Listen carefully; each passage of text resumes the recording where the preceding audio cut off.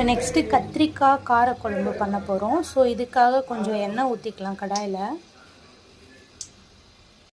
எண்ணெய் காஞ்சதுமே கொஞ்சம் கடுகு போட்டுக்கலாம். கடுகு போட்டதும் கடுகு பொரியும். கொஞ்சம் நேரம் வந்துடும்.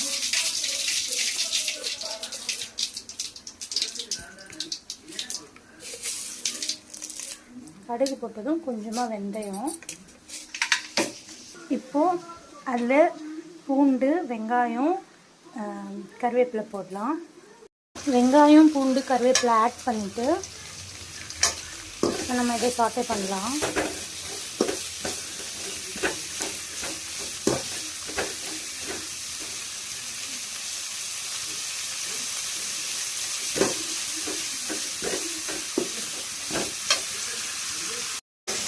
இப்போது ஆனியன் வதங்கிட்டு இருக்கப்போவே கொஞ்சமாக உப்பு ஆட் பண்ணிக்கலாம். ஆனியன் வதக்கிறப்போ உப்பு ஆட் பண்ணோன்னா ஆனியன் கொஞ்சம் சீக்கிரமாக வதங்கும். அதனால தான். இப்போ வெங்காயம் கொஞ்சம் நல்லா வதங்கிடுச்சு. இந்த ஸ்டேஜில் நம்ம தக்காளி ஆட் பண்ணிக்கலாம்.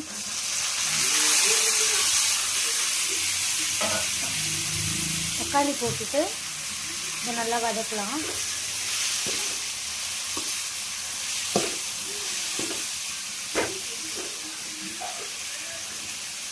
வெங்காயம் வதக்கிறப்போ உப்பு போட்டோம் இல்லைங்களா? ஸோ அதே மாதிரி தக்காளி வதக்கிறப்போ மஞ்சத்தூள் போட்டோம்னா தக்காளியும் சீக்கிரமாக வதங்கும். மோஸ்ட்லி நம்ம குக் பண்ண யூஸ் பண்ணுற தக்காளி நல்லா பழுத்த தக்காளியாக இருந்ததுன்னா அது நம்ம சமையலுக்கு இன்னுமே நல்லா ஃப்ளேவர் கொடுக்கும்.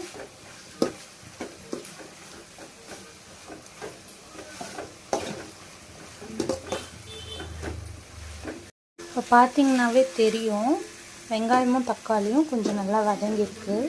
ஸோ இந்த மாதிரி டைமில் நம்ம என்ன பண்ணோன்னா கொஞ்சம் மிளகாத்தூள் போட்டுக்கலாம்.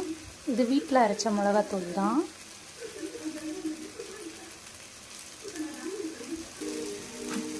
இது கூட கொஞ்சம் மல்லித்தூள் ஆட் பண்ணிக்கலாம்.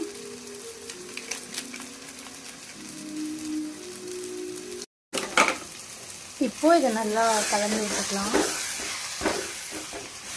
இப்போ மசாலாஸ்லாம் ஆட் பண்ணோம் இல்லைங்களா? ஸோ அதனால கொஞ்சமாக தண்ணி ஆட் பண்ணிக்கலாம். ஏன்னா அடி பிடிக்காமல் இருக்கிறதுக்காக. இப்போது இதில் கத்திரிக்காய் ஆட் பண்ணலாம்.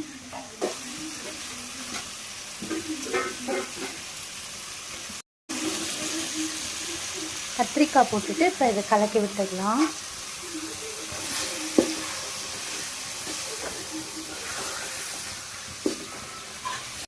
கத்திரிக்காய் நல்லா எல்லா மசாலாலையும் மிக்ஸ் ஆகிற மாதிரி நல்லா போட்டு கலக்கிக்கலாம். கலந்துட்டு கொஞ்ச நேரம் வதக்கலாம். கத்திரிக்காய் லைட்டாக கலர் சேஞ்ச் ஆகும். ஸோ அது வரைக்கும் கொஞ்ச நேரம் வதக்கிட்டு ஜஸ்ட் ஒரு கொஞ்ச நேரம் ஒரு 1 மினிட் வதக்கினா கூட போதும். ரொம்ப நேரம்லாம் வேண்டாம். ஏன்னா இந்த டேஸ்ட் அதில் இறங்கணும் கத்திரிக்காயில். ஸோ அதுக்காக இப்போ இங்கே பார்த்தீங்கன்னா தெரியும் லைட்டாக கத்திரிக்காயில் கொஞ்சமாக கலர் சேஞ்ச் ஆகிருக்க மாதிரி இருக்கும்.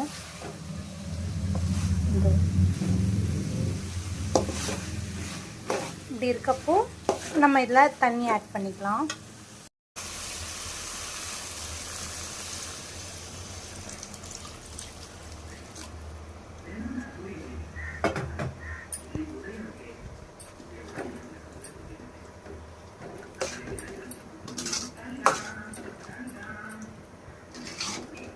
இப்போ இந்த தண்ணியில் கத்திரிக்காய் நல்லா வேகணும்.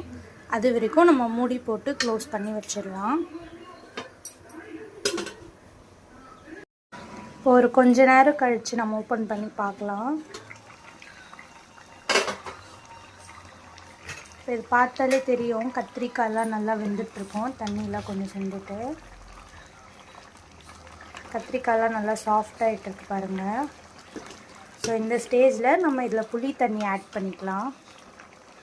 ஆல்ரெடி நான் கொஞ்சம் கரைச்சி வச்சுருக்கேன். ஸோ இது வந்து ஆட் பண்ணிக்கலாம்.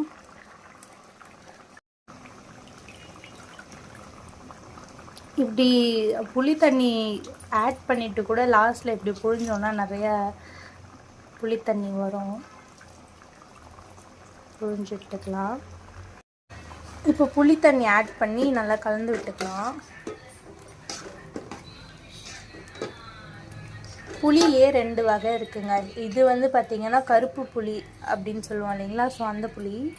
இந்த புளி வந்து கொஞ்சம் பழைய புளின்னு சொல்லுவாங்க. இது எதுக்காகன்னா மோஸ்ட்லி கலருக்காக ஆட் பண்ணுவாங்க. இது இல்லாமல் வெள்ளை புளின்னு ஒன்று இருக்குது, அது இந்த அளவுக்கு டார்க்காக இருக்காது. நம்ம இந்த புளி ஆட் பண்ணதுக்கப்புறம் கொஞ்சம் டார்க் கலரில் கிடைக்கும் குழம்பு, டேஸ்ட்டுமே நல்லாயிருக்கும். ஸோ எங்கள் வீட்டில் மோஸ்ட்லி இந்த புளி தான் ஆட் பண்ணுவோம். அது இல்லாமல் கடும் புளின்னு கூட ஒன்று இருக்குது, மோஸ்ட்லி கேரளா சைடு யூஸ் பண்ணுவாங்க. பட் நம்ம சைடு மோஸ்ட்லி வெள்ளை புளி கருப்பு புளி இதை தானே யூஸ் பண்ணுவோம்.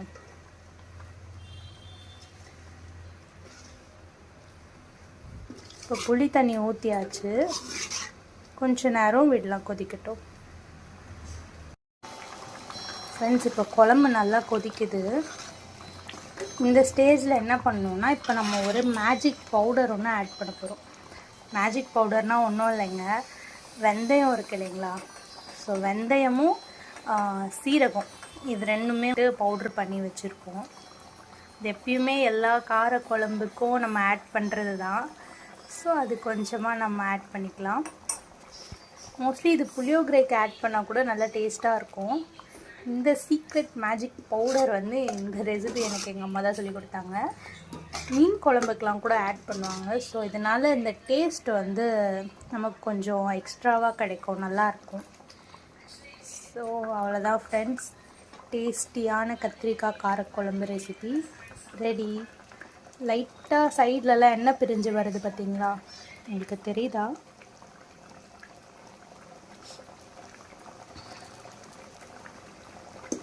இப்படி எண்ணெய் பிரிஞ்சு வர அந்த ஸ்டேஜில் நம்ம ஆஃப் பண்ணிக்கலாம்.